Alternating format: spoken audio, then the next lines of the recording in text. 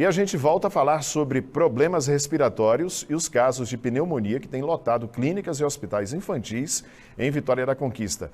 Além dos cuidados com as crianças, pessoal, nesse período, idosos e adultos também precisam se cuidar e estar atentos a alguns comportamentos que podem comprometer a saúde. Qualquer sinal como dor nas costas, febre, falta de ar, calafrio, tosse, já é motivo para procurar atendimento médico. A gente viu a reportagem, os cuidados com as crianças, e a gente então agora amplia essas orientações para adultos e idosos. Andressa Amaral, com você de novo. Você conversa agora com uma médica pneumologista, né?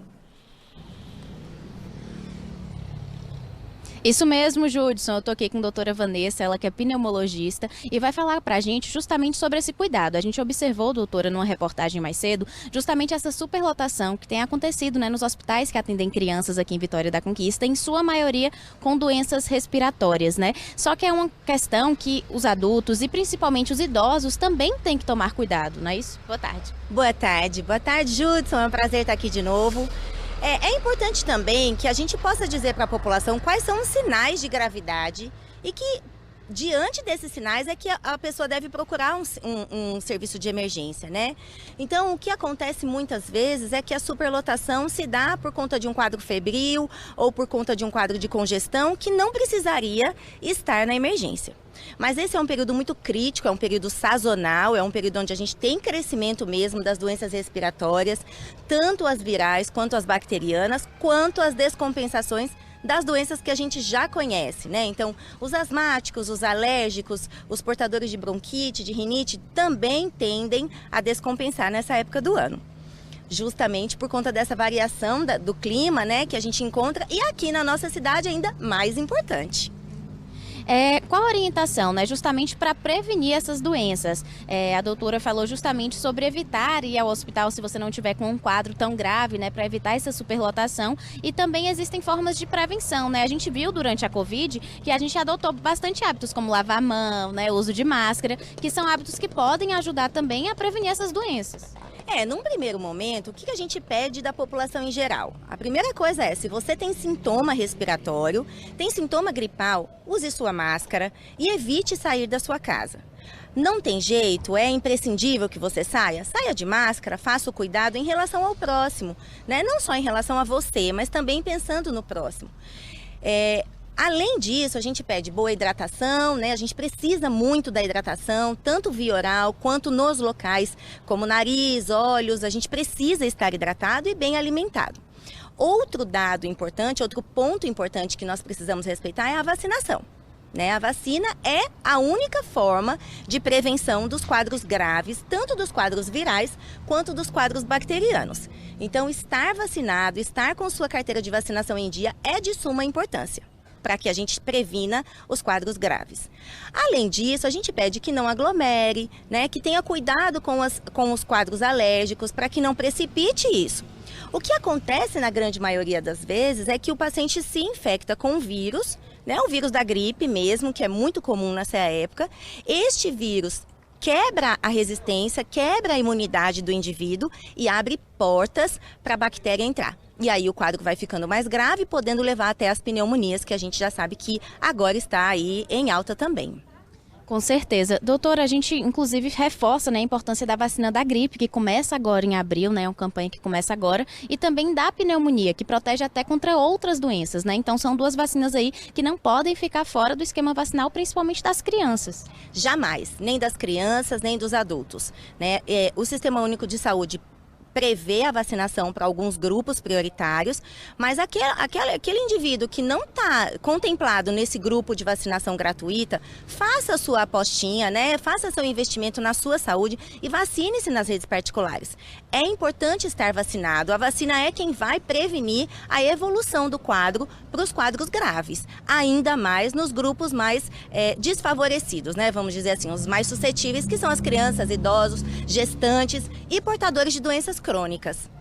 Falando um pouco agora sobre as doenças respiratórias em crianças, As doenças respiratórias aí foram as principais causas de mortes infantis no nosso estado em 2022, inclusive um aumento aí de quase 400% dessas doenças em relação a 2021. Doutora, o que é que a mãe, o pai, o responsável dessa criança que está em casa pode fazer, Qual qual o cuidado que deve ter e qual o momento, né, de levar essas crianças para o médico, de levar para o hospital, como diferenciar? O cuidado com a criança não é diferente do cuidado com o idoso e com o adulto, né? Em geral, todos nós precisamos ter os mesmos cuidados. O que acontece muito na criança, e ela acaba sendo a porta de entrada, é porque ela vai para a escola. Então, ela tem contato com outras crianças. Então, a primeira forma que a gente pede de evitar que isso se torne um surto é que essa criança gripada não vá para o seu colégio, não vá para o seu balé, para as suas atividades. Então, primeiro de tudo é deixar essa criança em ambiente restrito, né? Não precisa isolar. E ficar atento aos sinais de gravidade. Mas ter um pediatra, ter um médico assistente, ter alguém que você possa entender se aquele quadro é grave, se precisa de uma conduta mais invasiva ou se isso vai passar, é importante. Então, ter um acesso a um serviço de saúde é importante. Então, esse serviço de saúde que vai te dar esse suporte não é o pronto-socorro, né? Esse serviço de saúde é o médico assistente, é o médico que cuida desta criança, é o médico que cuida desse idoso, desse adulto. Então, é importante que os sintomas sejam relatados para um profissional de saúde e que vá acompanhar essa criança. Mas, num geral, em casa, o que nós podemos fazer? Ficar atentos às febres, né? Ficar atentos se essa secreção que sai da criança é purulenta, então tem pus, é um catarrinho. Se essa criança vem progressivamente melhorando, porque os quadros virais eles se resolvem em 3 a 5 dias. E é progressivamente melhor. Então, não estou tendo progressão de melhora, opa, é um sinal de alerta. Outro sinal de alerta é falta de ar, chiadinho no peito. Então, são sinais que demandam mesmo a assistência hospitalar. Muita gente, né, a gente vê inclusive nas redes sociais, Judson, muitas pessoas comentando, parece que a gente está num surto agora de gripe, todo mundo conhece alguém que está gripado. Pode ser que esse vírus tenha ficado aí mais contagioso? Não.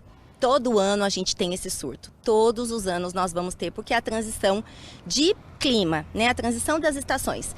É a transição onde o período climático fica muito suscetível, os vírus começam a se replicar com maior intensidade, a gente tende a ficar mais aglomerado, a gente tende a ficar mais em conjunto e realmente todo ano, nessa época do ano, a gente tem sim uma elevação dos números de casos de doenças respiratórias. Como você disse, né, muitas vezes essa gripe não tratada, né, esse vírus, essa doença viral respiratória não tratada pode evoluir aí para uma pneumonia, né, para uma doença mais grave. Na nossa reportagem hoje, a gente estava com uma criança, né, de 4 anos que ela precisou botar um dreno para justamente tirar essa água do pulmão. Para esclarecer para o pessoal de casa, o que gera, né, essa água, esse líquido no pulmão? O que é isso? Então, quando a gente tem um quadro infeccioso, né, quando a gente tem uma pneumonia, a gente fala de uma infecção pulmonar. Esta infecção do parênquima pulmonar pode ter complicações.